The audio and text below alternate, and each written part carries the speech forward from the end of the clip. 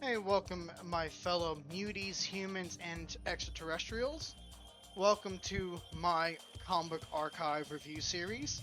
We are going to be primarily focusing on X Force, because that was my gateway to comic books, my introduction to the comic book industry. And it's also my absolute favorite run that I've ever completed, and it's my absolute favorite story. A lot of great artists, writers, history, characters.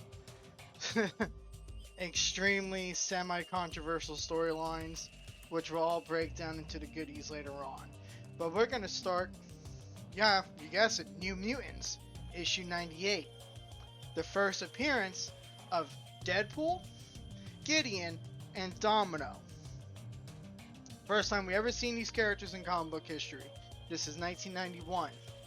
The New Mutants originally was from the 80s.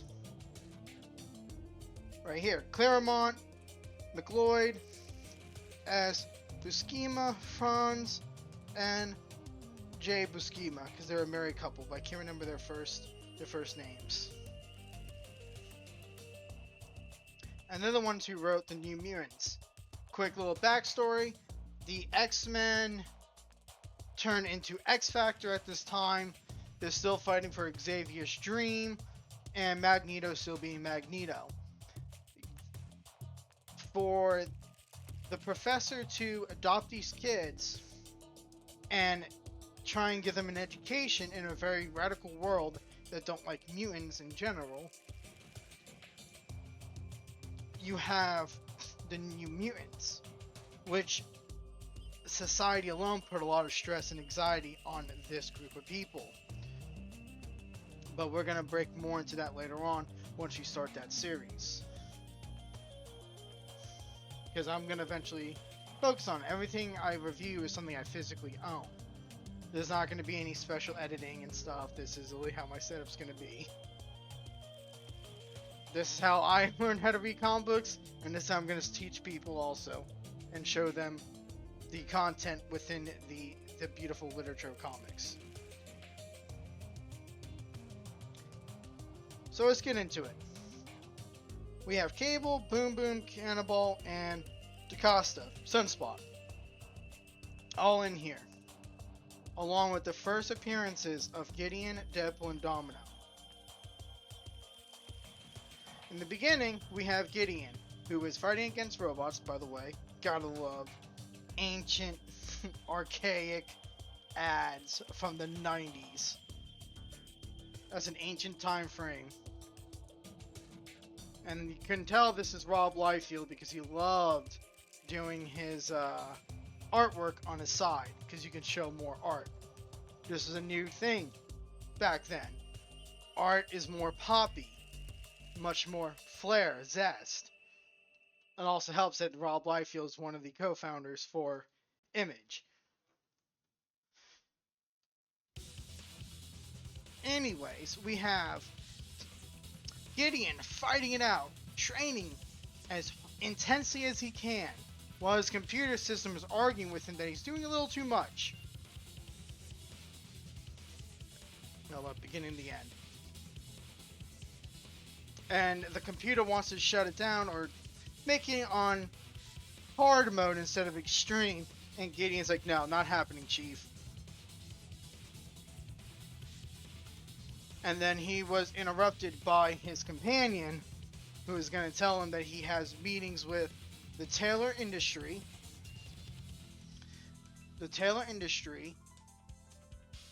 the DaCosta Stock Inquiry, and Roxxon. Why am I focusing on those? Well, the Taylor Industry so happens to be this guy's father's industry, and now he's the CEO of Taylor Industry. We'll get into New Mutants later on. That's Fabi and Nazia's work right there.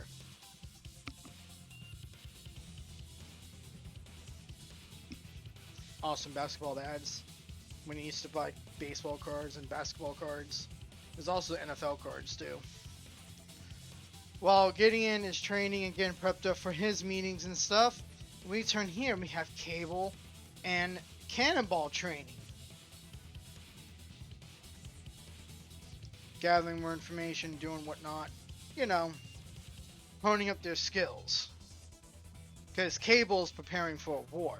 That war he does not specify, but he is expecting these children, soon to be young adults, well, teenagers, soon to be young adults, to follow his footprints of war.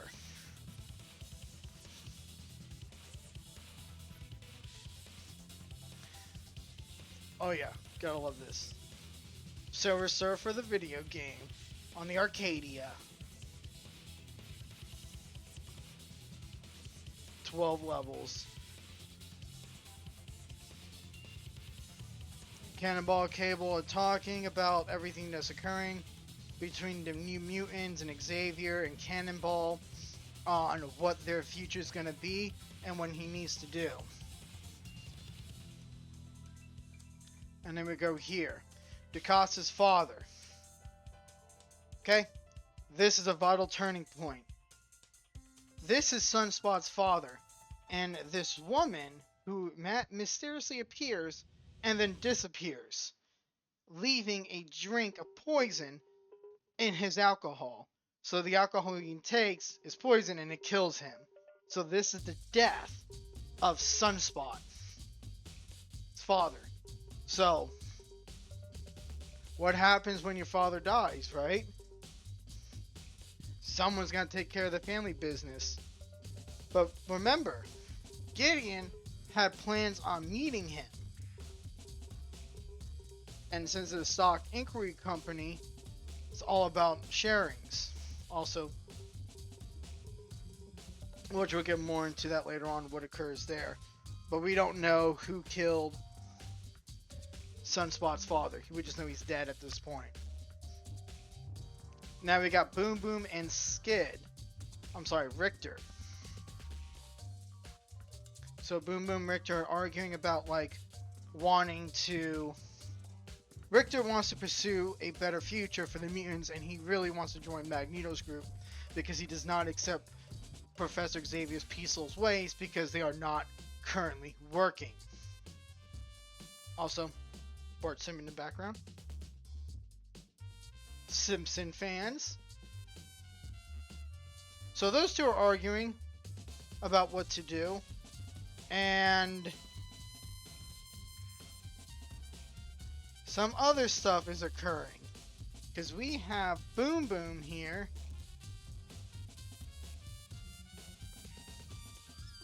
upset with Richter because Richter wants to leave, and Boom Boom is trying to stop her from leaving. Then Boom Boom tries to tell Cable that he wants to leave, but he doesn't get a chance. She doesn't get a chance to do that because he gets attacked by Deadpool, who is hired by Tolliver to kill Cable. So Mr. Tolliver put a massive bounty on Cable's head. Who's Mr. Tolliver? I don't know. We don't know. Cable sure hell doesn't know. And Cable doesn't know who Deadpool is. And let's just say they made a mistake, because Cannonball is here, who also has an indestructible shield around him when he goes in his mutant form, and bounces away and knocking out Deadpool in the back. Getting on more fights. Everything's occurring simultaneously, and they're just brawling it out at this point. Deadpool saying that he needs Cable's head to give to Tolliver so he can collect his payment. And Cable's not having that. Also, check out this awesome board game. Having monster of a good time. Enter the Dungeon. Does anybody remember this company, TSR? I don't know that company. I don't think they're still around. Hopefully they are.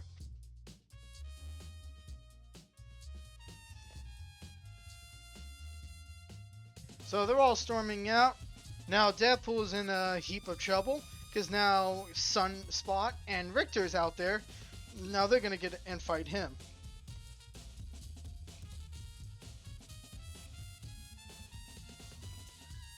And as Deadpool is going to try and fight and take everyone out, He gets jumped by Domino, and Deadpool is now unconscious. We have an unconscious, knocked out Deadpool. Gotta love that, right? Bulletin board. Bullpen bulletins. This is how you gain information on what's coming up for Marvel in the future. And Stanley always does some sort of writing in these little soapboxes and gives the future of Marvel. Because, you know, the internet isn't the way it is today. You can't just type in something and everyone sees it. And you usually advertise to your consumer. This is how they did it. Deadpool now captured, saying he ain't gonna talk, he's not gonna give any information, and somehow he just decides to escape. Because that's the way Deadpool works. Also, full color buying guide. This is like a Nintendo guide to video games that are coming out for Nintendo. This is, you used to buy magazines, or like shark codes magazines, so you can put cheat codes in your games too. Usually this would have some sort of cheat codes for your games. And there were some hilarious ones back in the day. So Domino, Deadpool's Cable's second in command, is talking to Cable, and Cable is deciding to build a team. And he created a whole profile of using everyone from New Mutants that he sees fit to be his good soldiers for the upcoming wars. Because, you know, he's the man out of the future. And Richter is just fed up with everything that's going on, and he decides to leave and go to Genosha. Or meet up with Magneto's group. We'll see where he decides to go on in the future. And Gideon decides to break in and have a conversation with good old Sunspot while he's sleeping. That's not creepy and weird at all. So yeah, that's 98 of New Mutants. This is what's leading up to X-Force.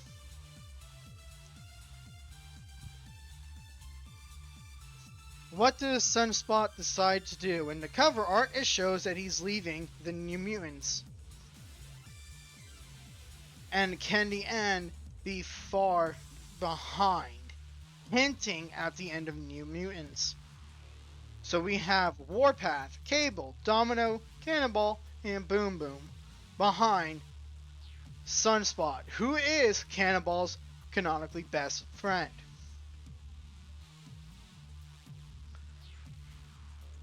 I know you're going to see what a comic book from the 90s looked like. Look at that. Look at that art. That's real newspaper, too. So we see Feral running away from the Molochs, which, quick little backstory, Calypso is no longer the leader of the Molochs. She lost to, I want to say Storm, and therefore she's no longer the leader, and she left the Molochs. And this clown, short dude, I don't remember his name, decides to, hey, I'm going to take control of the Molochs, and Feral is running for her life because this guy is a complete utter douche.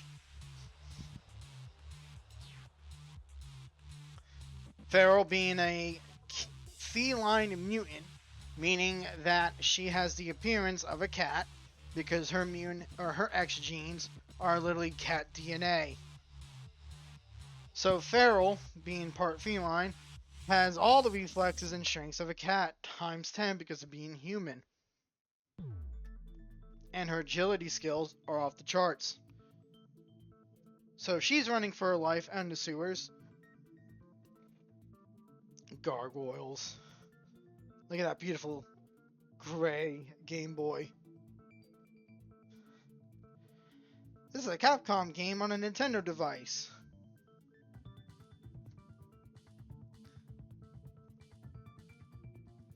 Feral's leaving. She decides to take her path to Professor Xavier and see if she can have a better future there, since he accepts mutants of all kinds.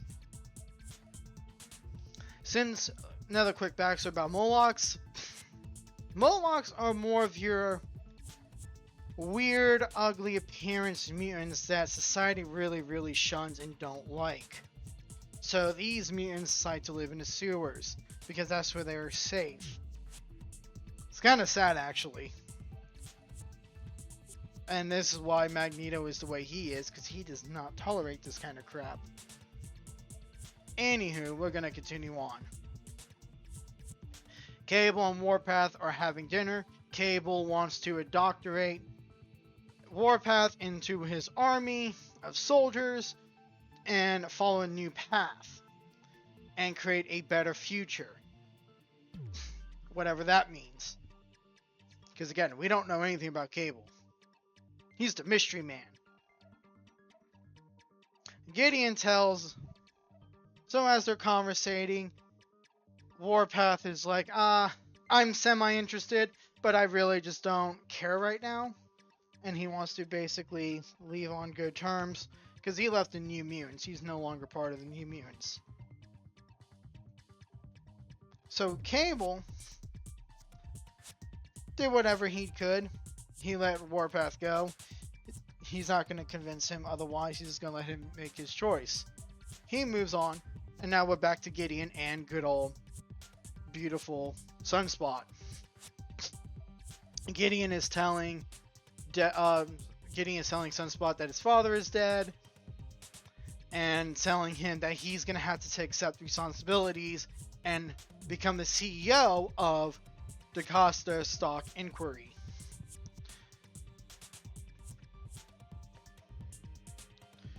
And of course, Gideon being Gideon, we don't really know his motives of what he's doing here, but he's the one who broke the news, and he said his mother cannot run the company because she's in another country doing environmental digs or archaeological digs.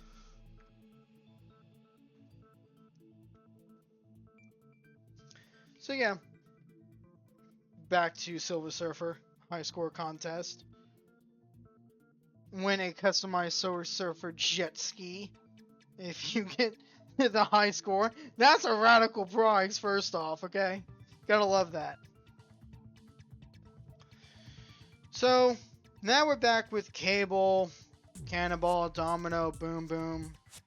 They're all talking about how Skid left and how everything is falling apart. The stress is becoming overwhelming for Cannonball, Sam Gunnery?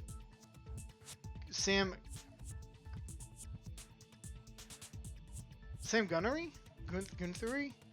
He has a unique name. He's from Kentucky. So Sam is like really pissed at Cable because Cable is being very vague. He's not giving any information. A lot of the New Mutant members have already left at this point, and it's only down to basically Cannonball, Boom Boom, and the Costa. They're like the remaining members. Richter ran away. Rain's gone. Now everything is falling apart. It's all chaos. Their whole lives are twisting and turning so fast that they don't know what to do anymore. Now we go to Warpath, and he comes home, and he is truly Native American. I want to say they said he was Navajo, but I'm going to relook into that. But he comes home, the reservation of his people are all gone. Dead. They don't know why, he doesn't know why this occurred or who has done it. But Warpath is pissed and is out for revenge. Because he was not expecting coming home to find that mess or a really terrible situation. Cable is back in his studies, Xavier Mansion. Sunspot comes in, and Sunspot's like, hey, Cable, bro, my father just died. I need to take a few days off and figure some stuff out. Cable being like, whatever, do your thing. Not really caring at all. Now that's really weird. Why does Cable not care? We don't know. We don't know anything about this character. His first appearance was only issue 86 and 87. Those was his first appearances. And we know nothing of this time-traveling soldier. So, not really being supportive at all, and kind of being nonchalant, condescending towards Sunspot, because all Cable cares about is this war, and he just lost his dad to a murder plot. Which again, no one knows anything about. No one knows what happened. So Sunspot, very upset in how Cable is talking to him, decides to up and leave.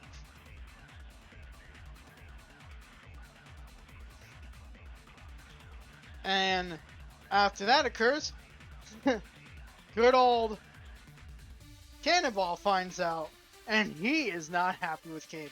He's pissed off.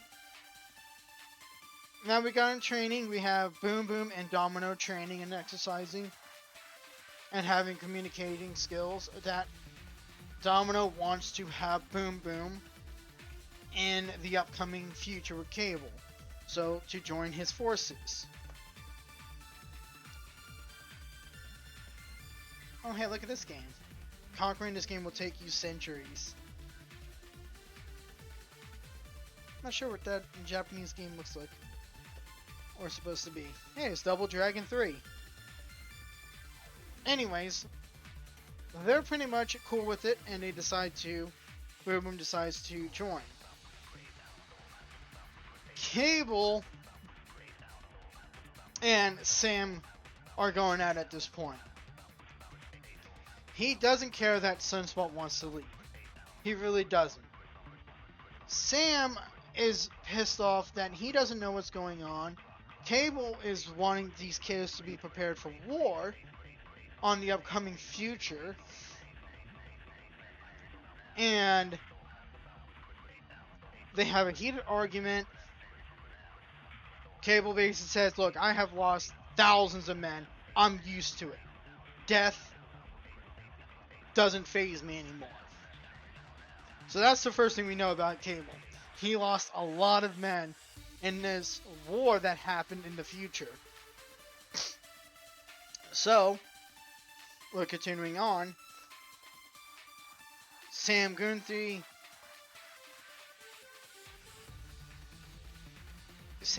basically wants to join Cable and is like, look, I don't know what's going on, but this is some serious plans, and saying that something serious is going to happen, then I have to continue this. So now we have Boom Boom that was saying bye to Sunspot, because Sunspot's going to go with Gideon. So he's going to join forces with Gideon for a bit. Cable now has Domino, Boom Boom, and good old Cannonball. So that's where he's at right now. Warpath comes in, tells him about basically Cable saw it on the news that the reservation has been destroyed by the Hellfire Club. You know, the good old Hellions. So Warpath is now warring it out with Hellfire Club and decide to join Cable because his war is going to lead the Hellfire Club. That's what he believes. Farrell sneaks in, decides to try and talk to Cable, and somehow this guy is now laying on the ground in the middle of the mansion. And that is, quick side note, whenever you order comic books, I'm going to go more into detail on a future video essay, you would actually fill this out and you would mail this comic book in, and that's how you would gain the further issues. You would pay $11.25 for the entire 12 issues, because each issue came out once a month. So you actually pay your monthly subscription through this, or yearly subscription through this by mailing in your comic books. That's how you used to gain comic books back in the day.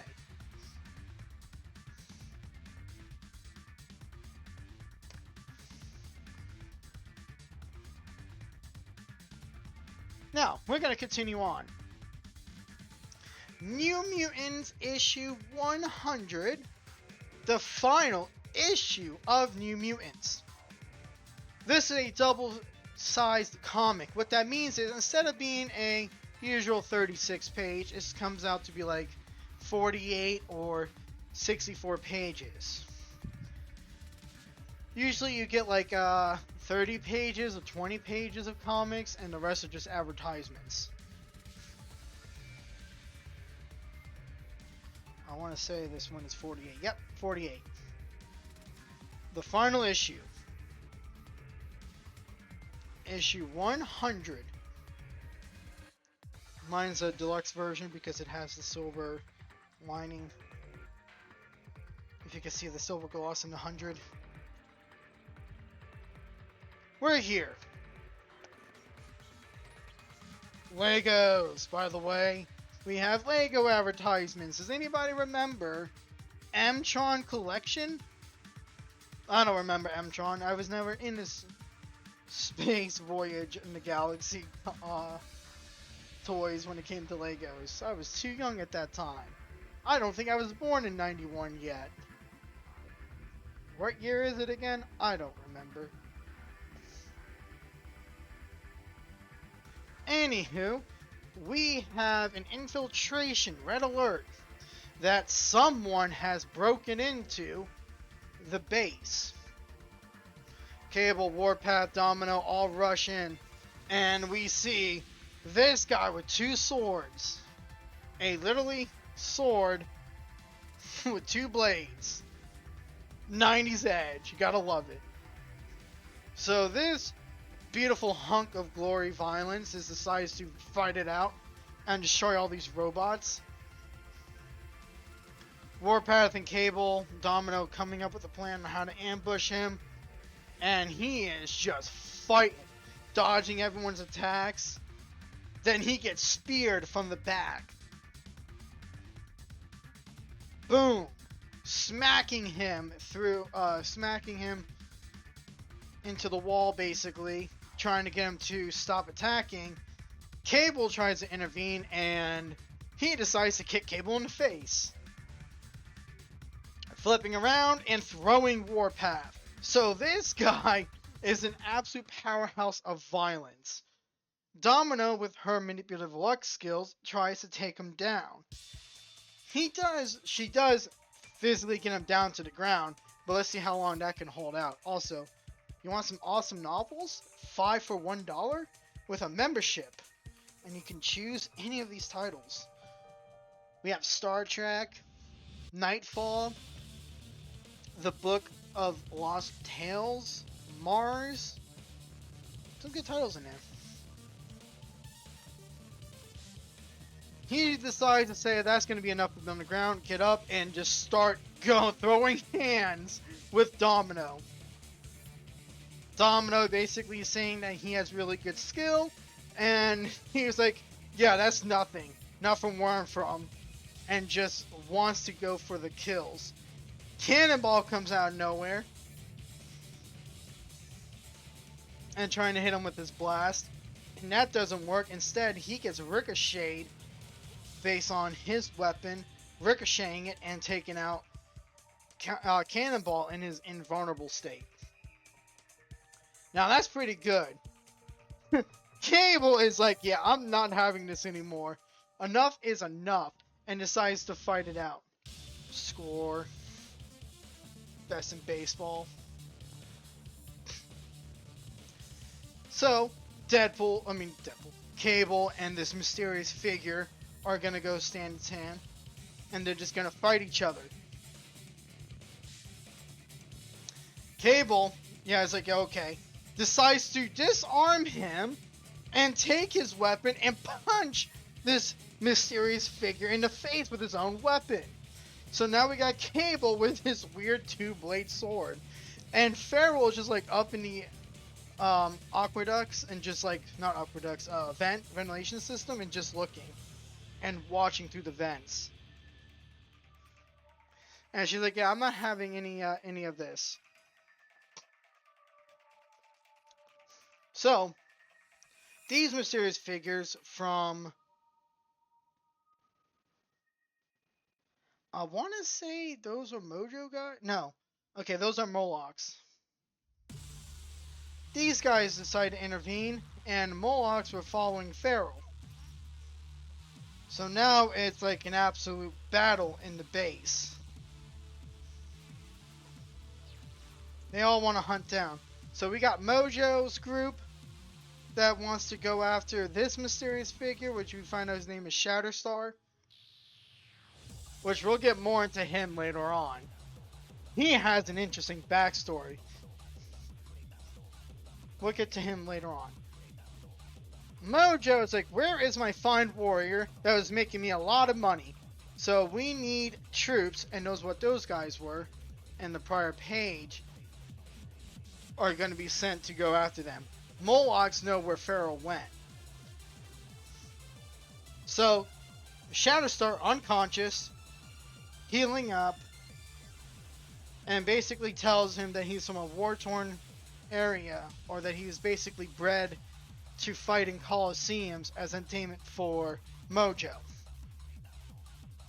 Which we all know, the Mojoverse. That's a fun little storyline. We'll get more into that later. And Cable just somehow teleported here, and he was just unconscious when he woke up, and then he got attacked by robots. That's what he was telling them. Boom Boom decides to go get some food or some drinks, and found this wild creature on the countertop. And Farrell just jumps Boom Boom and attacks her.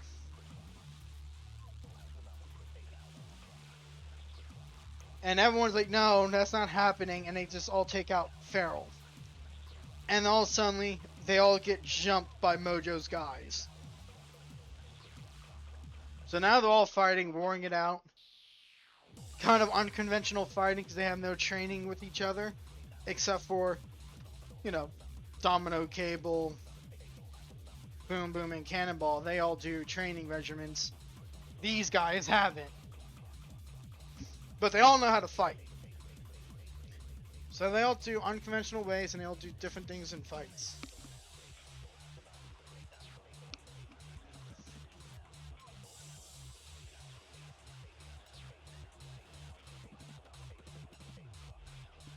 So after they get done kicking the crap out of Mojo's men, they decide to have a quick conversation with Farrell and Shatterstar and see what's going on. And he basically she tells them that Molochs are coming. Which, again, Cable's not having it, like usual. They all decide to jump the Molochs. Fighting them, beating them. This was different. Like, the art in the 90s was so different than the fighting in the 80s. All because of a new unconventional technique to pop the characters out. To give it much more of a gratifying look. Rob Liefeld, man, he was something else. Him and McFarlane. So, Mojo's fighting it. They all decide to teleport back in and just jump the pseudo New Mutants. And they're just not having it. Like, they're just done. Shatterstar gets jumped over here. He's like, oh, okay, pal. You want to play hard to get? We're going to play hard to get. Takes his weapon and stabs himself with his sword to take out the enemy. Talk about efficient. And he's still standing, by the way. The dedication of Shatterstar. He kills him by severely injuring himself, and he still stands. And the Molochs are like, oh crap, we done goof. And Cable is like, you guys better get out of here. before I come back and start killing you. And he basically shoots the one guy and tells them never to come back, to send a message. So they're like, okay, well, this hideout's no longer acceptable. Time to move to the next location. And now Feral, Shatterstar, Cable being team leader, Domino being second in command, and now having a group of Feral, Shatterstar, Cannonball, Boom Boom, and Warpath. So now we have 7 members of X-Force. Because that's pretty much what they're all talking about joining forces. Back to that cool jet ski. And they have pretty much a heart-to-heart conversation about like what's going to happen to us in the future.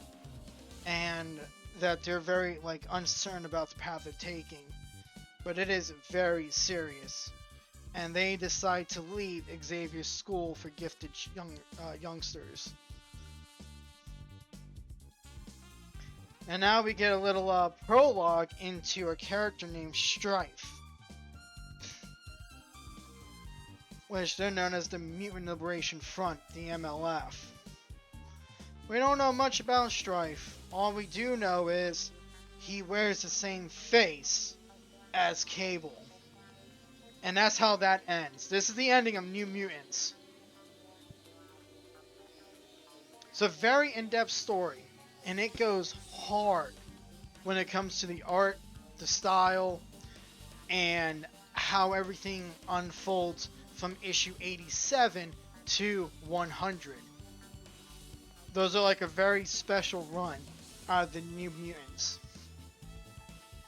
Now, when that series ended in 91, 92 decides to come around, and we have the brand new series, X-Force.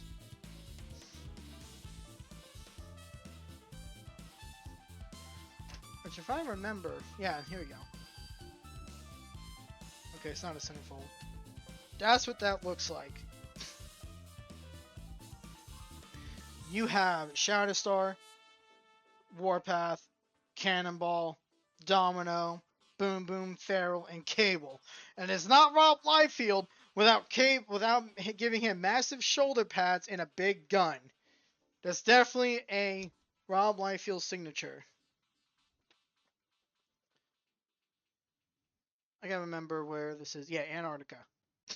Antarctica! They got intel. The Mutant Liberation Front is planning on something bad. Cable's like, okay, we need to stop Strife and his mutants now. They're evil. My whole goal is to destroy this menace. Which he wants to do. Antarctica. They got intel. They found out where Strife is hiding. So, they don't follow the same rules as the X-Men, the X-Factor, and they also don't follow the same rules as the MLF, Brotherhood of Evil Mutants, and the government. These guys are a special breed of Black Ops. Like, we're gonna go like this, Black Ops of mutant faction. They don't follow the rules, and we'll get more into that later on. Anywho, we're on Antarctica. Cable's here. They found out where Strife and the Mutant Liberation Front base is, and they're there to ambush them so they don't get away. They break into the facility and started fighting it out, taking out all the weaker younglings of the soldiers. Warpath is doing Warpath things and just body slamming people left and right. Domino just likes to drop kick people. Cannonball just goes invulnerable and just bounces around the walls and just hits people at Mach speed. Cable, big gun, solution, shoot them all. Barrel, cat-like reflexes, shred them to pieces. That's their tactics. Nobody said Rob Liefeld loves to have his shoulder pads and his big guns. There you go. Welcome to the 90s. Now we're getting hit with the enemies of the Mutant Liberation Front. Well, the mutants themselves in the Mutant Liberation Front. Reaper, Forearms, can't remember these two guys' names because they don't really say them much. I should have wrote them down. Oh well. Spectacular Intergalactic Battles, by the way. Look at that. TSR.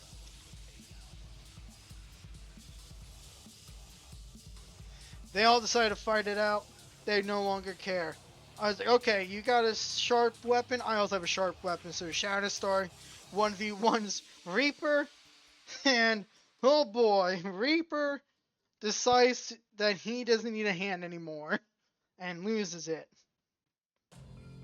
So he just cut his arm off. By the way, did I mention this is PG? This is meant for kids? X-Force shirt, Rob Liefeld. By Rob Liefeld. A mutant masterpiece. Shatterstar and Grim fight. He basically just takes out Grim. Grim loses. Cable is getting crushed by Forearms. And he's like, yeah, okay, buddy. You think you're strong? Warpath decides to intervene and show him what real strength means. And just decides to manhandle Forearms and just knocking him out in one punch. Also, check out that robot. Good old riffs. Palladium Boots. I think it's like about sports fighting robots. So Strife is in his base, watching his many computer monitor screens. And taking it time in his stroll and fighting good old Cable. He's like, okay. Cable's in my base. That's gonna be fun.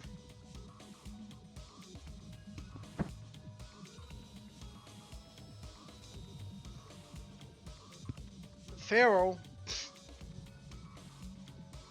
is gonna 1v1 the cat person. He's like, because she knows that she has better chances with agility to 1v1 him than any of the other X-Force members.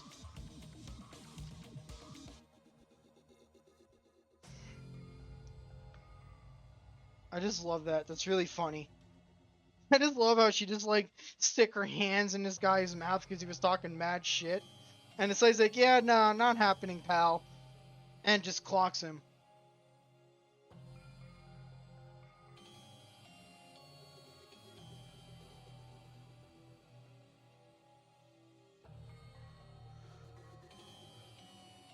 Give me 1 second real quick.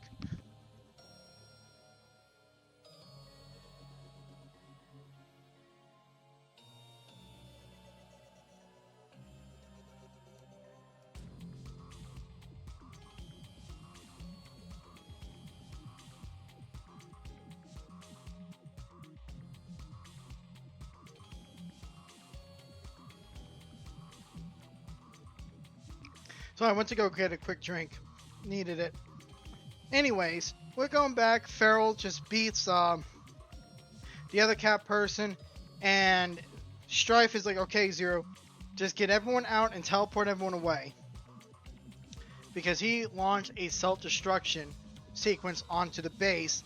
And Cable wants to get Strife. It's like, now is the opportunity to get him. Strife is like, yeah, not today, Cable. Maybe another time in the future. And leaves with Zero. And the base is about to be destroyed. So, Cable decides to use the Professor, his program, to body slide, position out of there, and go back onto the ship.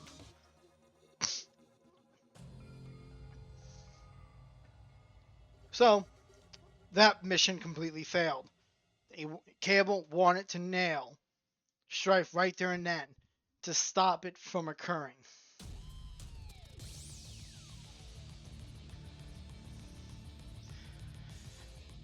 So, Gideon decides to train Sunspot because he believes he's an important asset to his future plans.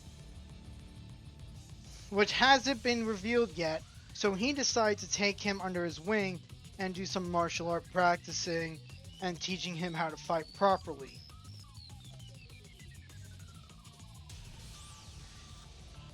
Shield found out that Cable has nailed Strife's base, and Briggs is not happy.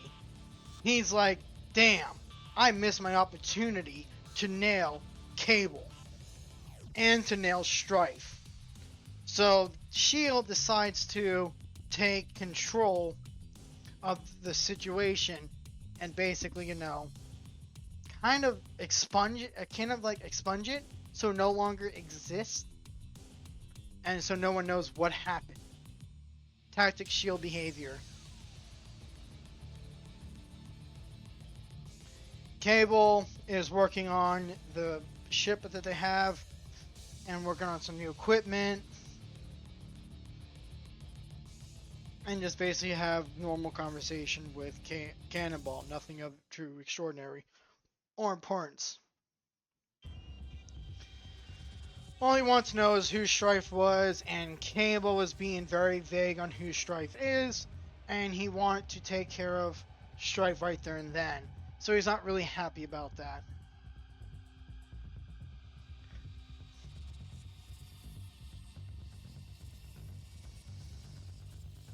So, actually, I want to go back here. Right now, there's going to be a meeting happening on the Twin Towers. Remember all that meeting that was supposed to happen that was talked about in the other issue? Well, they're meeting up in the Twin Towers. Gideon has Ducasa, and they're talking about running some businesses or making a massive business deal. Again, for a future plan. But someone decided to take everyone hostage in the towers. This is 1991. No, this would be 91, 92. One of these is actual 92. This is August 1991. So you have a guy named Black Tom who is in the towers doing stuff, and he basically his plan is to take control of everyone's asset and hold them hostage. And he's got some crazy plans and he thinks it's gonna work. Briggs is trying to get information for Nick Fury because, again, he's part of S.H.I.E.L.D. And this is a really bad, problematic situation.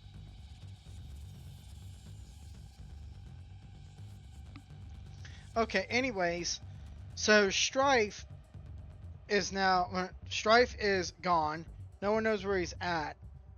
And Cable is pissed about that. And then Briggs is now giving information to Nick Fury, and Nick Fury is not happy either because he wants to arrest Cable and Strife. They are a problem to national security. And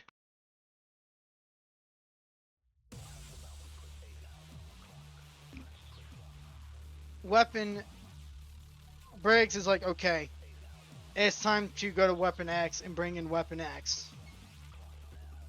Because they need a fact of fighting chance against Strife and his Mutant Liberation Front. Since S.H.I.E.L.D. is nothing but humans. They don't have mutant powers. And that's pretty much where it ends there. This just gives some backstory on who Deadpool is. Technically, this is the second appearance of Deadpool because it shows him. And just shows like backstory information on who these characters are. Shatterstar, Bridge. Oh hey, Deathlock. Oh yeah, the Perfect Killing Machine. That's really cool. That means that's volume 2 that's coming out at that time. Just grab me a quick drink.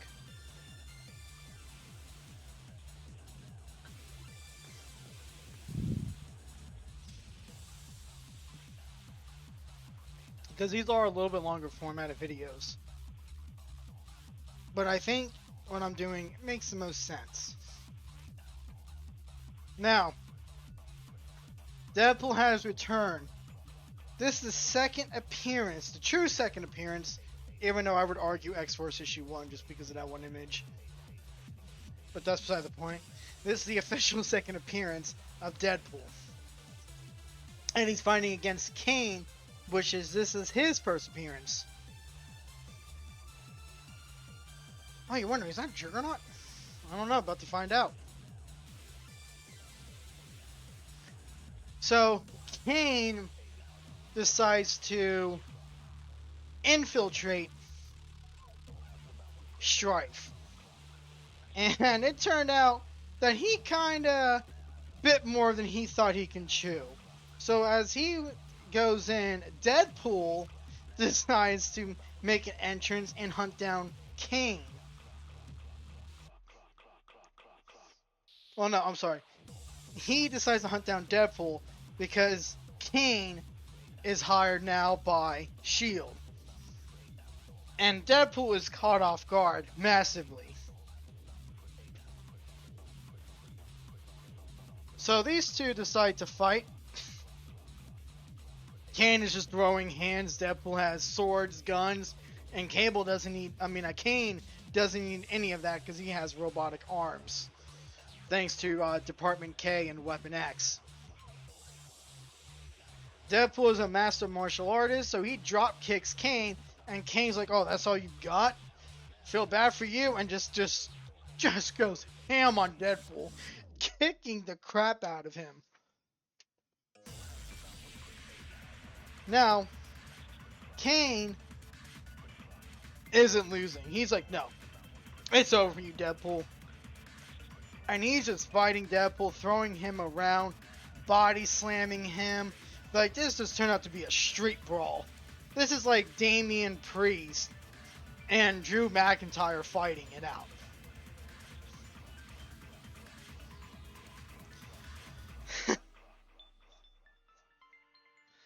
He's like, so Deadpool decides to kick him. Kane is like all tired.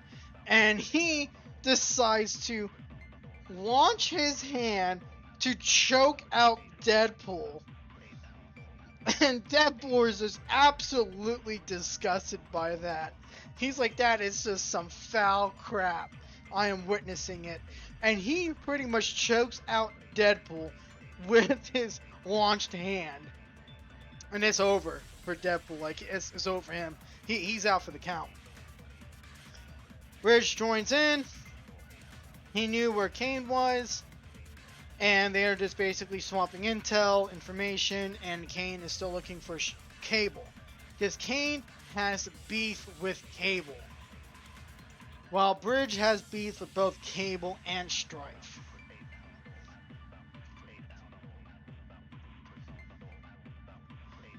Now, official X-Force training regimen. It's basically hide and go seek. And Feral is the one who's doing the seeking while everyone else is hiding.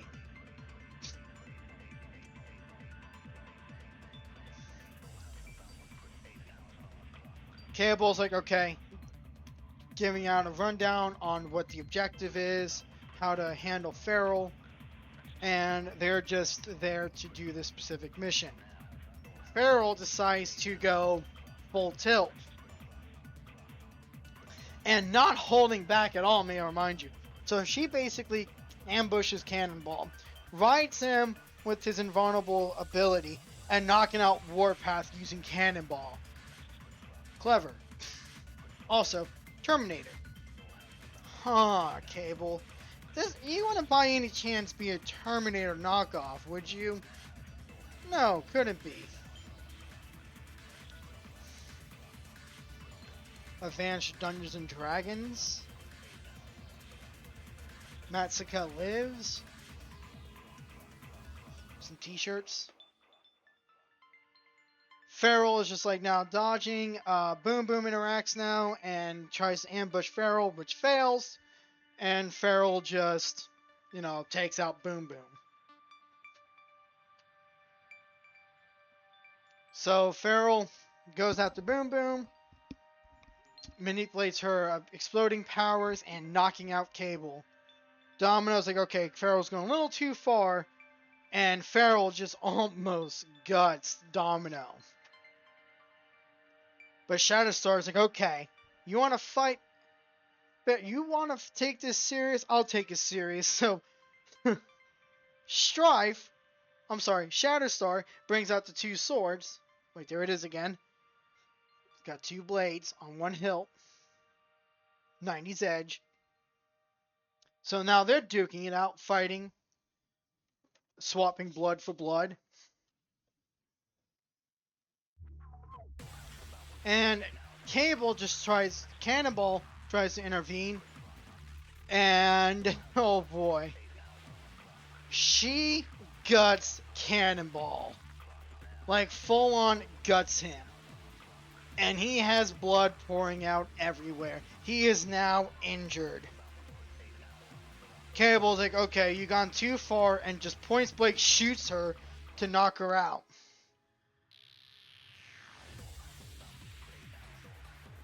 Now we're gonna go back to good old Black Tom and his wicked plan.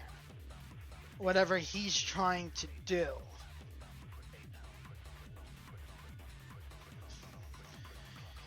So Cannonball's healing perfectly fine on an unnatural rate, which is kind of making Cable suspicious here on why Cannonball just healed really fast.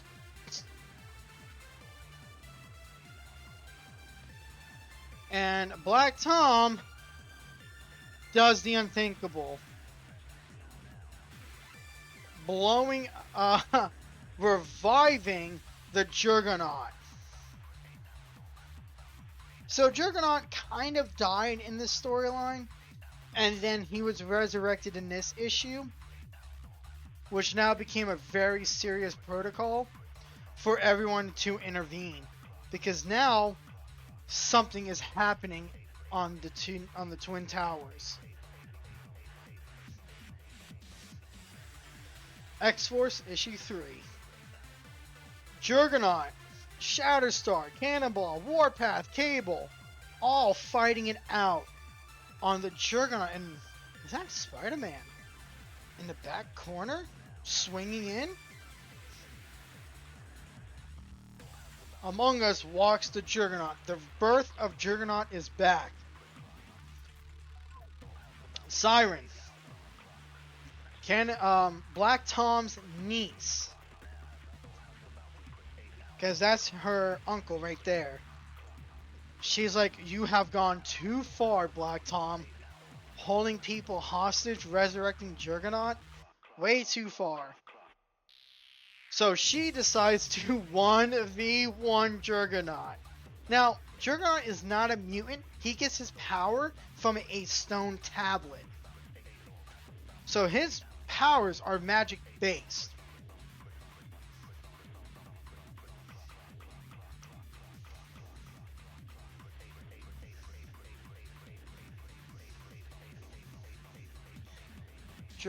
Cable, I'm sorry, not Cable. Keep saying Cable. Juggernaut basically manhandles Siren, and Siren is overwhelmed at this point. We need someone who can fight Juggernaut. Black Tom and Juggernaut are best friends, and Black Tom would do anything to revive Juggernaut, and Juggernaut would do anything for Black Tom. So Black Tom shoots Siren, and for the save out of nowhere, Cable and the X-Force decide to intervene. And they're there to help Siren.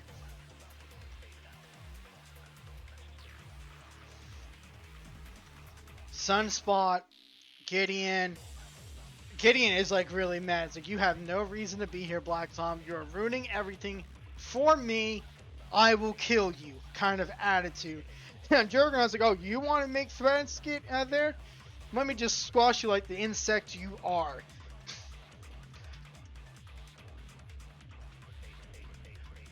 They're making a battle plan. Siren is with X-Force and the State, and with this particular moment, and they're making a battle plan because Juggernaut is a A-level threat.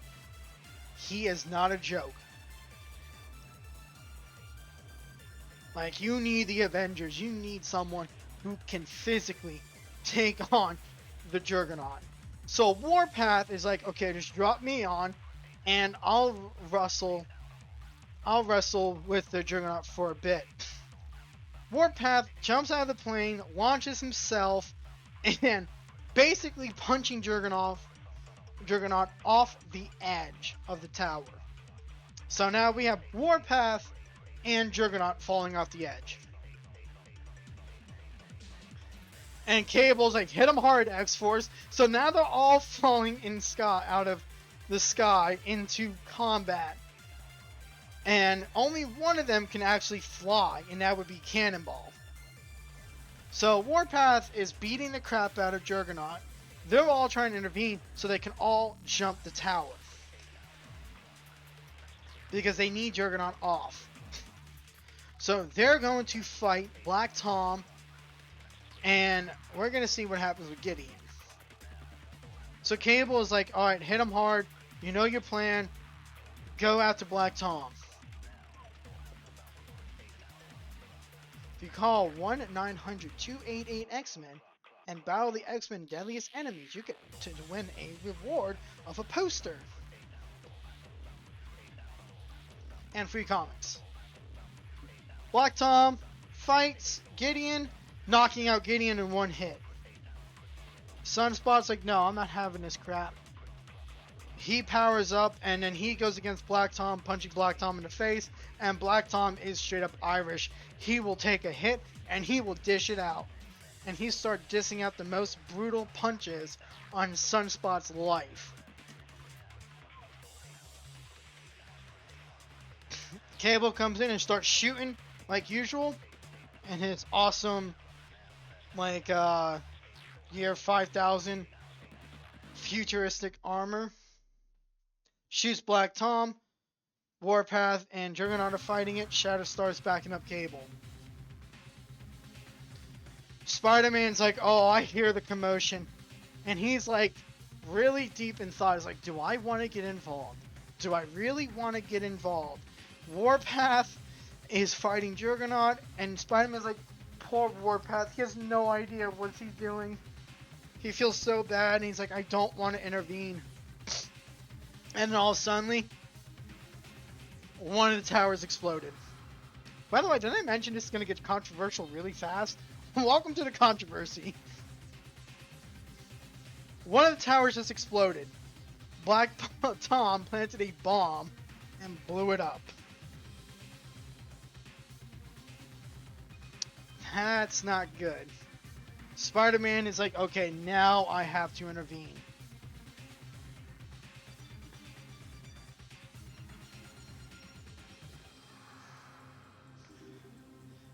We got 2 more issues, and then we'll be ending this segment, because this will be part 1. And like I said, this is a complicated history. I'm being vague on some information, because it leads to very important stuff, which I'm going to break down all of it on my part 3, because part 2 is going to be even more vague. The reason why comic books tell a story vague, so they can introduce the major plot line of what's actually happening. Let's fix that a little bit. So, X-Force joins up with Spider-Man. This is a McFarlane issue. That's how it's going to be opened. So X-Force and Spider-Man are now fighting against Black Tom and Juggernaut, and one of the towers exploded. This is serious now. We're witnessing some horrible events. Gotta think fast. Gotta go fast. Sonic Genesis.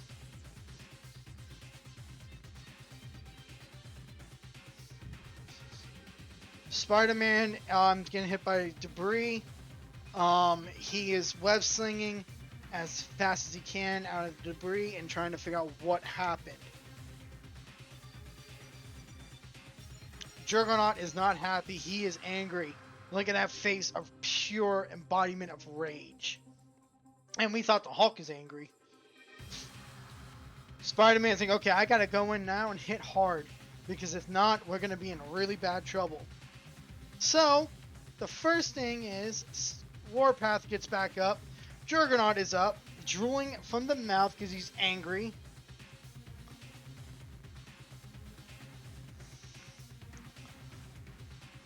Now he's going to be fighting against Warpath. Feral and Shatterstar survived the explosion, but they don't know what happened to everybody else. Warpath, Shatterstar, Feral join forces because they are on the floor. Spider-Man's web slinging up, and he's like, I really did not want to get involved, but I'm going to have to. And those three, and he's like, I admire the kids for doing this, but also thinks they're fools for going against Juggernaut. So these three are fighting it. Warpath is like, okay, follow my lead and attack. So now they're fighting. Juggernaut is like, yeah, okay, buddy, let's go. Cannonball comes in, tries to nail Juggernaut as hard as possible. And all he does is bounces off like he's nothing. That's what I think. Boo. Also, more cards. Trading treats. Anyways, Cannonball bounces off Juggernaut and flies into a wall, and Spider-Man pretty much saves him, and Cannonball's out for the count. Didn't mean to hit my camera.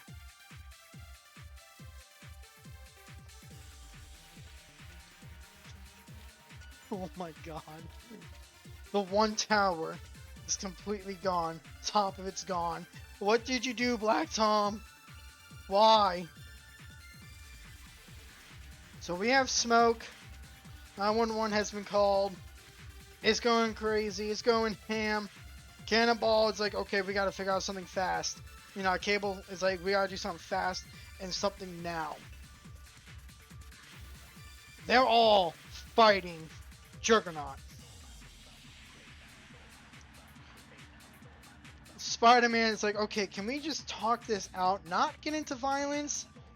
Hello, people, we got a mess to clean up.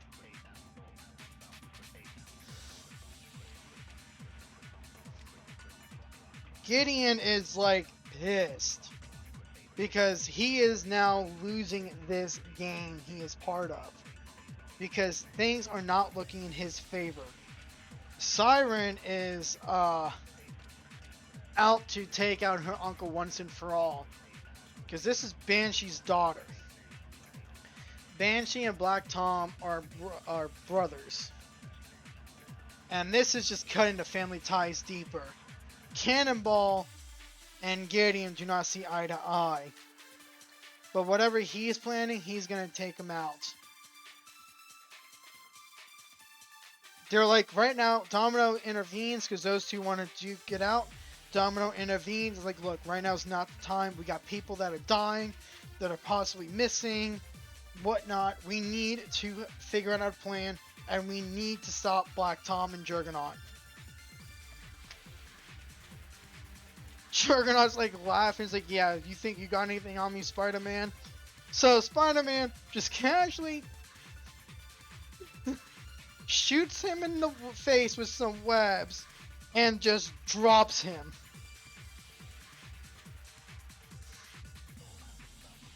And Spider-Man's like, right now is the time to attack Juggernaut when he's down. Because this has gotten serious.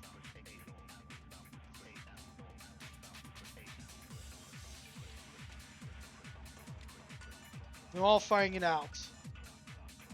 Cable's like, enough of this crap already. Where is Black Tom? I am putting him down for good. They're all fighting it out. Shatterstar is like, fine, if I can't hurt you, because your armor and because you can heal from my cuts, then heal from this and stabs him in the eye. So he skews. So he shish kebab his eye. And Juggernaut heals it, but now all he did was make him more angry. And he body slammed Shatterstar. And one of the towers just completely collapsed. He took it out by running it into it. Now everybody's like, this building collapsed. People are possibly dead. It's utter chaos. And it's gone too far. Spider-Man now wants to go after Juggernaut.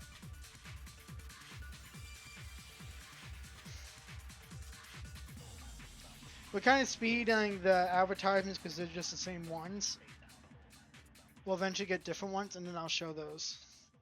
They're kind of repeats. I don't really talk about them.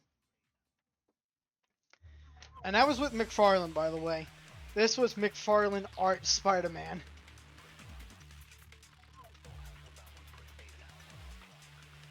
Now we're in the Sabotage X Over Part 2.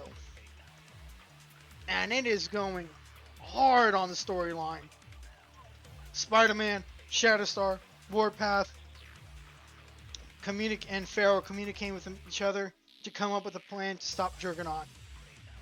Because he is a force to be reckoned with. The art, though. I love the art. Rob Liefeld, Fabian Zia, Rosin. I can never say that name. Elio Polos. Brian Murray, Bob Harris, and Tom DeFalco. So Juggernaut's like, you can't squash me. You can't even harm me. Don't even waste your time. Just walk away. And Juggernaut's like, you know what? Enough is enough, and just wants to kill them. So Juggernaut is out for blood. Spider-Man is trying to fight for his life at this point. Since Spider-Man is the only character that has fought Juggernaut at this point before, it's best to listen to him, because he's the only one who knows how to fight. Yeah, by the way, this whole comic book is sideways. Which I didn't think this through.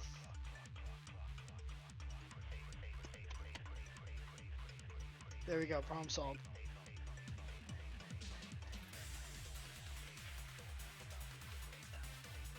Juggernaut, Spider-Man, Domino, they're all fighting it out now. Shatterstar wants to go for kills, because at this point he feels absolutely threatened. Now, may I mind you, X-Force isn't tamed like X-Men is. They're not tamed. They're on a whole other level.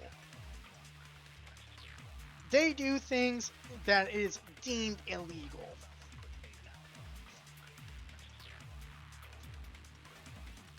Juggernaut, Deadpool, they're still warring it out, fighting to the death. Cable is like trying to find Black Tom because wants to put a bullet in him.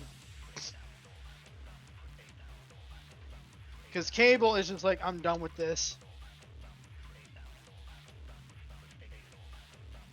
They're both pouring mutant powers at each other, pointing their weapons, and shooting each other. Cable shot Black Tom and he fell the elevator shaft.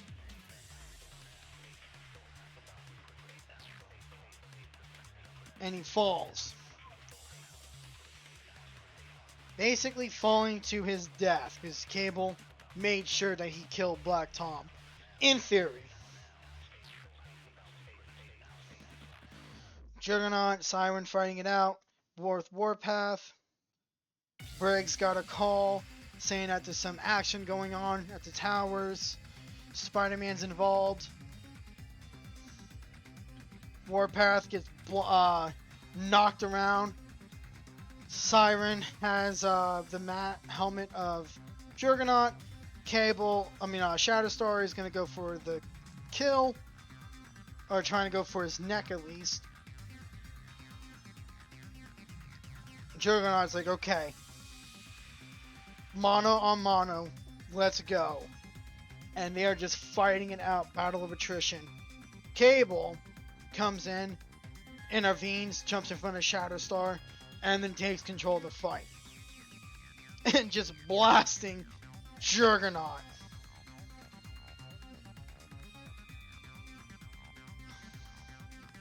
Spider-Man is talking to Cable, and it seems they are going to have unwanted guests. Briggs comes in, along with S.H.I.E.L.D., and calling for the arrest of Cable and the X-Force. They skedaddle as fast as possible. And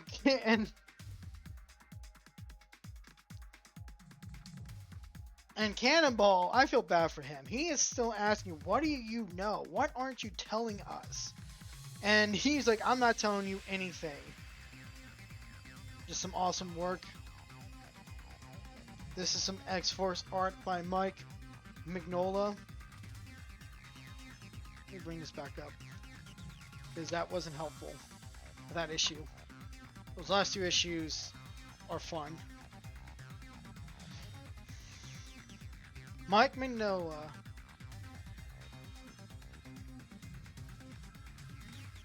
Cablegrams. Basically telling some stuff about what's coming up for the future of Marvel and whatnot in 1991 to 1992. Anyways, there's a lot to unpack there. Juggernaut and Spider-Man warring it out with Cable and the X-Force. Spider-Man joining the X-Force side. Spider-Man had to stay behind and talk to S.H.I.E.L.D. and tell them what happened, because he could not stop Cable from leaving, because he has no jurisdiction to hold him. He's not an officer. S.H.I.E.L.D. already knows at this point Spider-Man is an Avenger, so he has certain protocols, and he did the right thing intervening, so they cut him some slack. But all this does would add a rap sheet to X-Force, which, I guess I'll reveal it now. X-Force is a terrorist faction. S.H.I.E.L.D. has labeled them as a level threat. So, the New Mutants, basically an innocent group of kids turning into full-blown terrorists because of Cable. But there's a real reason why, and we're only going to have to figure out why he did it, and what were the causes of it.